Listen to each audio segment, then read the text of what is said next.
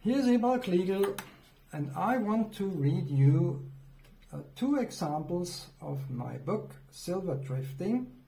And the first little excerpt I want to give you is about Ludmilla is in a factory in Germany, and here it is about the time to leave. After dinner, they went to their rooms in the women's shelter where Theresa called out to her on the landing.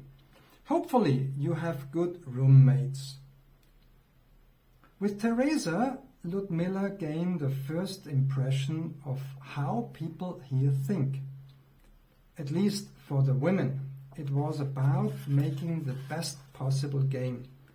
This was to be further confirmed in the conversation with the four roommates, Leo, Paula, Joan and Grace.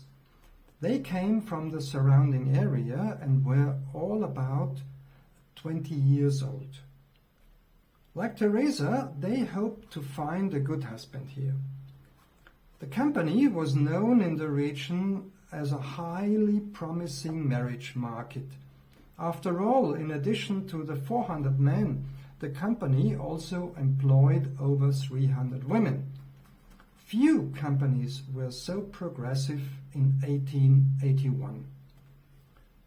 The company was also exemplary in accommodating its workforce. It even had its own infirmary with paramedics. In the evening round with the four women in the room, Ludmilla listened mainly to the others. All of her roommates had clear life plans that revolved around family, several children, and a home of their own. Ludmilla also had goals, but the ones she heard were too small for her. Unlike the four of them, she came from a wealthy family, and she had gotten to know the world of the nobles directly and not just read stories about them.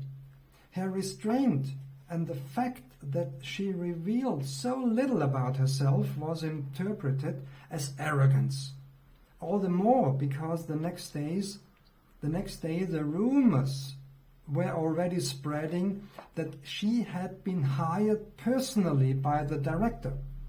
From then on, many kept a polite distance from her. Even the headmaster changed his behavior and addressed Ludmilla only as Miss Hinder. Master Jacob immediately followed this example. There were even suspicions that she was hired as an informer for the management to scout out her colleagues. All of this, of course, took place behind Ludmilla's back. It was just right for her that she was respected. On the second evening, her roommates were also much more reserved. But that wasn't a problem for her either. On the second night, her mother, Elizabeth, suddenly stood in front of her bed in a reddish vision. She was completely upset. "What are you doing here? You are a hawk, and there are only hens clucking up in the coop. You are not one of them." When her appearance dissipated, she shouted the warning, "Watch out for the reels!"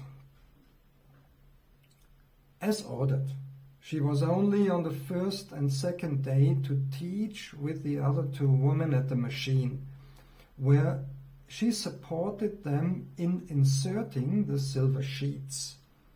On the third day, she was supposed to operate the reels alone with Theresa.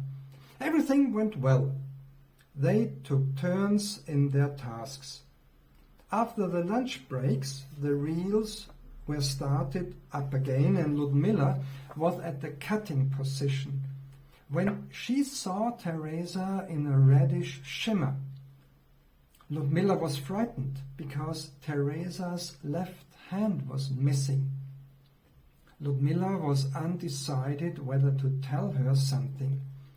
She decided against it, as no one would believe her, and apart from that, talking while working was not allowed anyway. In the course of the deliberations, Ludmilla became somewhat careless in cutting off the edges. Therefore, Theresa signaled her to change positions. Mindful of her mother's nightly admonition, she was highly concentrated at work. But in the process, the speed suffered. Therefore, Theresa called Mr. Jacob for help. The master did not dare to reprimand Ludmilla. Instead, he blamed Theresa for the slowed down work and ordered a change of position again.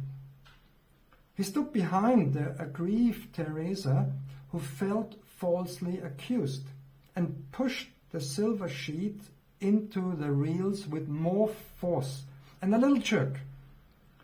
That's when it happened.